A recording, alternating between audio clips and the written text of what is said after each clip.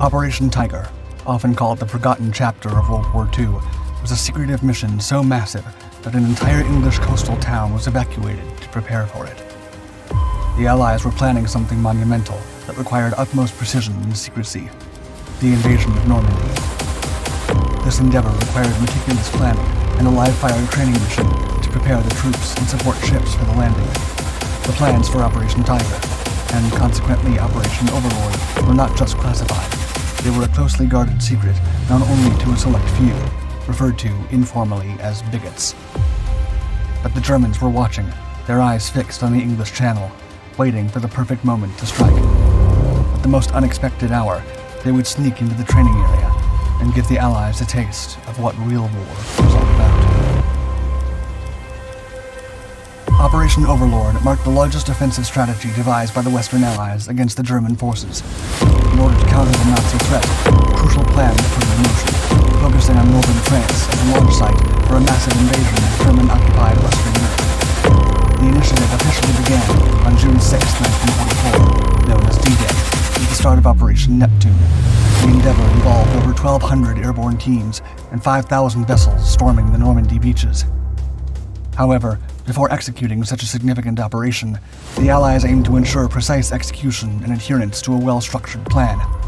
Therefore, they developed a comprehensive training exercise called Operation Tiger to enhance coordination and communication among the Allied forces. In 1943, the British government established training grounds in the chosen venue for the rehearsals at Slapton Sands, Devon, due to its striking similarity to designated sectors like Utah Beach and Omaha Beach, as outlined by the High Command. Nearly all of the 3,000 residents were evacuated. Operation Tiger was conducted with a high level of secrecy and meticulously planned under stringent supervision. The commencement date was kept confidential until the last moment. Every aspect of the invasion plan was rehearsed, using infantry and tank landing ships during live-fire exercises. In essence, this operation offered the Allies a close approximation of what Operation Overlord would entail without directly engaging with the German forces. In November 1943, Hitler's Directive 51 shifted focus to the Western Front, where a decisive blow against the Allies could favor Germany. Grand Admiral Karl Dönitz saw the disproportionate importance of the German Navy, given that, quote, the Luftwaffe hardly gets off the ground anymore. Days before Operation Tiger, Dönitz called on, quote, every serviceman of the Navy to take risks without consideration for the survival of the ship itself. Thus, sailors would entirely rely on agile and fast S-boats in a mission with no return. German S-boats, also known as E-boats, were a major challenge for the Allies in the Channel and coastal waters, with their ability to quickly switch targets and time their attacks for success. While potential Royal Navy escorts were busy, with the German Navy anticipating an Allied invasion in the Channel and the Atlantic, Operation Tiger aimed to prepare Force U for the upcoming landing at Utah Beach in Normandy during the spring of 1944. Allied Supreme Headquarters finalized plans on April 19, 1944, giving the U.S. Navy control over the exercise. However, Royal Navy Admiral Rafe Latham retained ultimate control in case circumstances required cancellation or reduction. U.S. Navy Rear Admiral John E. Wilkes was responsible for preparing the servicemen for this realistic yet dangerous exercise, with Royal Navy destroyers, corvettes, and trawlers providing escorts and cover. The exercise aimed for realism, requiring Force U to use all the equipment they would bring to Utah Beach. As they landed at the rehearsal location on the English side of the Channel, cruisers and destroyers would engage in live fire over the trainees' heads, using the exact same vessels to be used on D-Day. Given the dangerous circumstances, the U.S. and Royal Navies maintained radio silence during Operation Tiger, breaking it only in cases of immediate danger, which often proved too late for action. The operation was scheduled from April 22nd to April 30th, and the initial days proceeded smoothly, involving marshalling drills until the 25th. In the lead-up to their mission, the crews of the landing ship tanks, or LSTs, diligently readied their trucks, tanks, and vehicles, ensuring they were fully fueled for the training exercise, and departed on April 24, 1944. Alongside other LSTs from Brixton and Plymouth, they formed Convoy T4, anticipating a landing at Slapton Sands within days. Unbeknownst to them, German forces were closely monitoring. Hitler's Directive 51 had positioned the German Navy near the English Channel. On April 25th, as preparations for Operation Tiger were concluding, German reconnaissance aircraft spotted a massive military buildup around Portsmouth.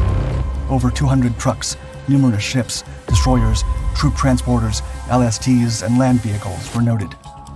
Intelligence estimated tens of thousands of soldiers were being ready for action. German officers swiftly informed Berlin on April 26th, just a day before the exercise, about the concentrated Allied forces in the Channel. Their confidence in this intelligence marked a change, as meticulous observations from German analysts painted a clear picture of the impending operation. That evening, the Allied assault troops began embarking on their transports and engaged in simulated maneuvers resembling the Channel crossing near Lyme Bay. As Convoy T4 sailed towards Lyme Bay, the crews remained unaware of the German surveillance. Little did they know, the meticulous preparations they had undertaken were closely scrutinized by the enemy, setting the stage for the events that would follow. The following day, April 27th, witnessed the practice assault. Led by Rear Admiral Don P. Moon, the force had 221 vessels around Lyme Bay on England's south coast. Live ammunition was discharged over the troops to acquaint them with the sensory aspects of the battlefield, including sights, sounds, and smells. General Eisenhower strongly endorsed this strategy for toughening the soldiers. HMS Hawkins participated, receiving orders to shell the beach with live ammunition between 6:30 and 7:30 a.m. However, an issue arose when the American admiral decided to postpone the live firing by naval vessels by 1 hour, failing to effectively communicate this alteration to the officers overseeing the landing ships. Regrettably, this miscommunication resulted in the first major setback for the Allied troops. They disembarked on the beach while the bombardment was still ongoing. Logs retrieved from British Marine vessels indicated the contingency plans were faltering, leaving the soldiers on the shore uncertain whether the situation was a drill or an error. Nonetheless, the troops would still face more significant concerns before the end of the operation. On April 27th, at 9:45 a.m., Convoy T4 set out from Plymouth towards Lyme Bay. Its primary mission was transporting American tanks and troops to Red Beach on Slapton Sands. But the convoy encountered a challenging situation from the outset. One of its two escorts, HMS Scimitar, was unable to join due to a collision with an American Landing Craft for Tanks, or LCT. Consequently, the convoy had to rely solely on HMS Azalea for protection, commanded by Lieutenant Commander George C. Geddes of the Royal Navy. Making matters worse, the decision was not communicated to higher command. The breakdown in communication only became evident at 7:30 p.m. when the captain of HMS Scimitar was interviewed. Meanwhile, the overall command of Convoy T4 rested with Commander Bernard Scahill of the U.S. Navy, stationed aboard LST-515. Both naval officers were well informed about the threat posed by German S-boats. The presence of these agile enemy boats necessitated unwavering vigilance and swift responses. However, the diminished escort of Convoy T4 was ill-equipped to effectively counter this threat. Additional defenses were set up to safeguard the entire operation in Lyme Bay, spanning from Start Point to Portland Bill. Moreover, 3 MBTs were stationed near Cherbourg to intercept any E-boats leaving their base. Despite these measures, at 10 p.m. on the 27th, the 5th and 9th Schnellboote flotillas, comprising 6 and 3 boats respectively, managed to elude the British MBTs. These Schnellboote, traveling at high speeds and maintaining radio silence, successfully breached the outer defensive screen across Lyme Bay. During the nighttime, British radar detected the presence of S-boats in the vicinity of Convoy T4. A crew aboard one of the LSTs also observed these vessels. Despite this awareness, no immediate action was taken. The assumption prevailed among the crew that these unidentified boats might belong to another Allied convoy. Similarly, British coastal gunners who sighted the S-boats chose not to engage, adhering to orders to withhold their fire. Even HMS Azalea, although aware of the presence of the S-boats, refrained from taking any defensive action at that time. HMS Saladin was assigned as the relief escort and departed Start Bay, south of Slapton Sands, but it was too late. After 1:30 p.m., the group of LSTs were sailing when they suddenly noticed green tracers and gunfire approaching. Lieutenant James Murdoch and his crew on LST-507 sounded the alarm, but the attack was inevitable. They spotted 2 enemy craft, S-130 and S-150, closing in on them. Amid the chaos, A grinding sound resonated from within LST-507. Both enemy vessels were firing torpedoes, with S-130 landing a direct hit on the auxiliary engine room. The explosion plunged the ship into darkness and caused a raging fire, rapidly spreading to the deck where vehicles and equipment were stored. As the inferno grew, the crew watched helplessly as vehicles, gas tanks, and ammunition exploded. The heat was intense, and the situation became dire. Less than 30 minutes after the torpedo struck, a decision was made to abandon the ship. While LST-507 was engulfed in flames and chaos, communication with the other LSTs in the convoy was lost. The radio queries went unanswered, and the rest of the convoy continued on, unaware of the unfolding disaster, for the time being. All of a sudden, at 2:17 a.m., another ship named LST-531 burst into flames after being hit by 2 torpedoes. Even as she was sinking, she fought back, shooting at the enemy. Regrettably, the ship took most of her crew down with her. Meanwhile, the 6 remaining ships in Convoy T4 were frantically moving in zigzag patterns. The crew on deck fired machine guns and cannons into the dark waters. One of the ships, LST-289, targeted one of the enemy S-boats, but got damaged in the process. Another ship, S-145, launched a torpedo that damaged the rudder, stern guns, and crew quarters of LST-289.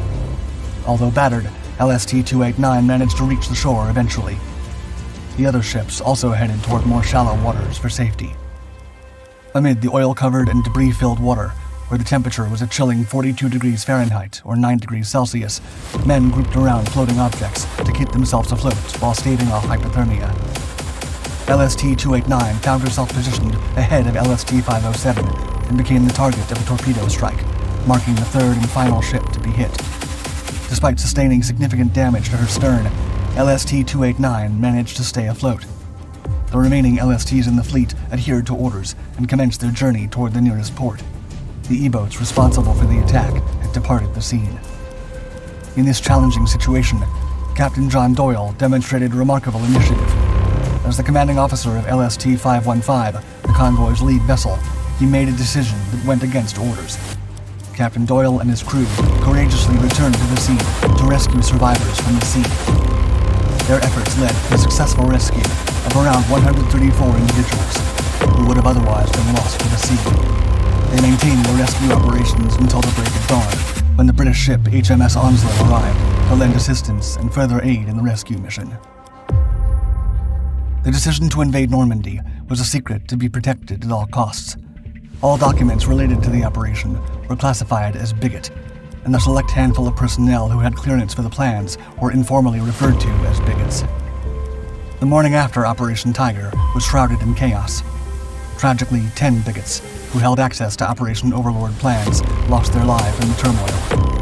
Their significance was so immense that the Allies contemplated canceling D-Day in fear that they might have been captured by the Germans.